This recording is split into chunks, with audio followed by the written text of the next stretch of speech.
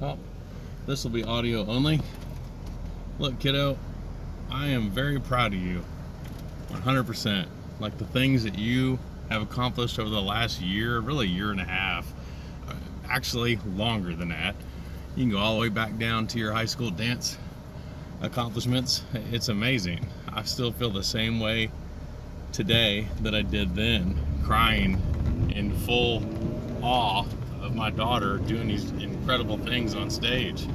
It's unbelievable to be able to recognize the talent of one of your own kids, and these are things that you built on your own. Going away and being away at school and crushing it, doing your own laundry, doing your own cleaning, doing your own grocery shopping, cooking. I mean, you name it. I can't begin to tell you the pride that I have, like, within me in regards to you being able to do what you were able to do on your own. Now, here's the thing, and I don't understand why you don't really feel in tune with what I tell you, but now you're part of my house, and my house has been a house of pain for at least a decade. And maybe now you can kind of see all the things that I've had to been challenged and overcome over the last 10 years of being your dad. I mean, you just can't make up these stories. It's insane.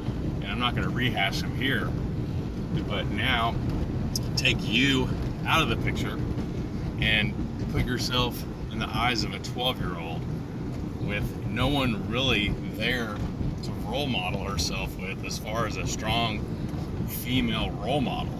My mother is 80 years old, currently right now with pneumonia. They are not part of my house as much as I wish they were. And go ahead and throw a knife being pulled on that same 12-year-old and being threatened to saw her hair off.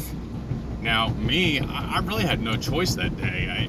I've gone back and forth so many times, and with your little brother there watching all this unfold, I didn't want to add to it. I just tried to defuse it as best as possible. Well, in the eyes of that same 12-year-old, not only was she attacked by her mother with mental issues, but then her father, literally, instead of going over there and saving her like Superman and attacking this assailant, I defused, and it almost appears that her father did nothing to her. But again, I've got a 6-year-old boy on the other end of the couch. Now, what I'm asking you is, I don't need you to be your sister's mother. I don't, but your sister needs someone to aspire to. And if you're not even interested in asking her how her day was, or having a normal conversation with her, or hey, what's going on with you? How's school? How's your friends? What are you doing? What do you like? What's your favorite food?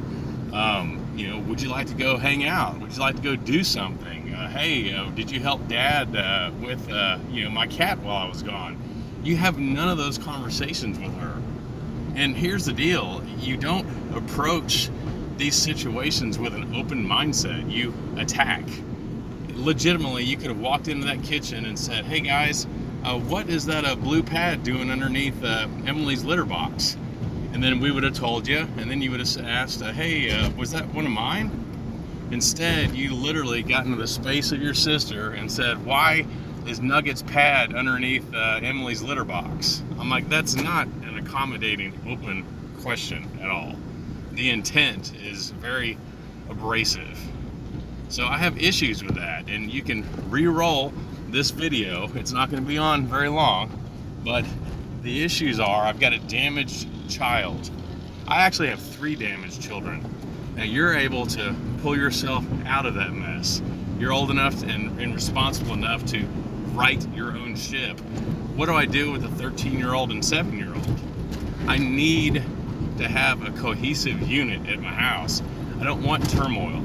I want my house to be a house of peace and support. And bottom line, like a house of love. I would do anything for you 3. And here's the deal, like I've got 2 younger kids to save, and yet I have put a lot into you over the last 30 days with the car, with the Ubers, with the insurance, with the cell phone, whatever. I mean, you don't understand because you don't look at it in the scope of a father challenged with getting something cut out of him last year, and then at the same time being laid off, and at the same time trying to juggle my household and let my youngest not understand that their father might be dying. I mean, you don't understand the challenges of the house. And I really don't know how else to say this to you, but I do not want any abrasive behavior at my house. I love you to death, but you gotta take a deep breath. You gotta calm down and realize, am I upset before I ask this question? Am I upset before I interact with these people that happen to be my family? My younger sister, my younger brother. These things matter. You have an innocent child that just wants to hang out with you and your cat. Lay on the floor and play a game for 5 or 10 minutes, and most of the time you tell him no. Do you have any other interactions with him besides passing him in the hall on the way to your room and closing the door? It's the same conversation in regards to what you ask Abria. Have conversations with Abria. Do you have these conversations with him? I mean, I really don't have that many conversations with you, to be honest with you. I'm not trying to make you be a communicative part of who I am as your father. I understand you're a teenager, but you have to realize that in life, it doesn't matter if it's your father, your siblings, your neighbors, your coworkers, your boyfriend, your teachers, your employers. Any of those situations, you've got to be able to have a neutral ground setting most of the time. You can have your defensive postures. Those defensive postures are your inner sanctum. Those protection modes where when someone gets that deep, it's the fight or flight. But it's not fight or flight in our house. It's typically not fight or flight at work. It's not fight or flight at school. It's an open, neutral, interactive situation of life. You have to get along with people.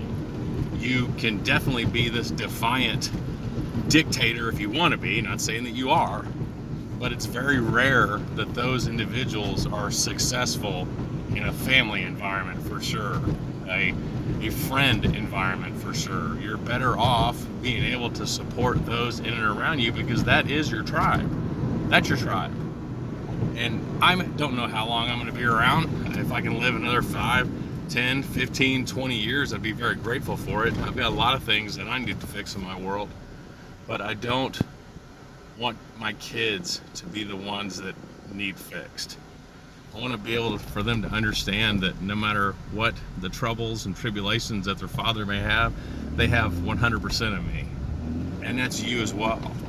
100% of who I am is giving everything I have to you. I will sacrifice, but I need help. When it comes to my littles, I just want peaceful conversation. I would like to have interested conversation. I would like my kids to be able to love each other and support each other, because when I'm gone, who do you have? Who do they have? I would like y'all to have each other. I wasn't raised any other way, and I never thought I'd be in a situation like this, to have kids with a person that's completely disconnected and always puts themselves first over their own children. Like it's a competitive nature. It's not. Your kids should always be number one. You always want your kids to do better and be better than who you are. It's not the parents that are always alpha and the kids are always beta. It's not the way it's supposed to be. How do you raise successful, intelligent, ambitious, and supportive people if you insist on being the number one party in their life? It's not the way it works. In any event, it's probably a lot longer than I thought it would be. I love you very much. You had the door closed today. I wasn't going to interrupt your peace, but yeah, I was a little bit upset last night. I've got a little girl that has issues with what her self-esteem is, and it doesn't help to have her next supportive party, her older sister, try to tear her down on something that has nothing to do with her. Similar to the cheese incident, you're not one for apology at all. You accuse her of doing stuff, and then when she's not doing what you're accusing her, you don't have enough peace in yourself to say, hey, Abria, I'm sorry, I was wrong.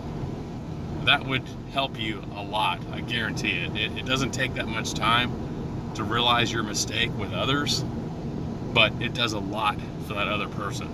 that other person is not defensive. You notice anytime you accuse her of stuff, she doesn't look at you.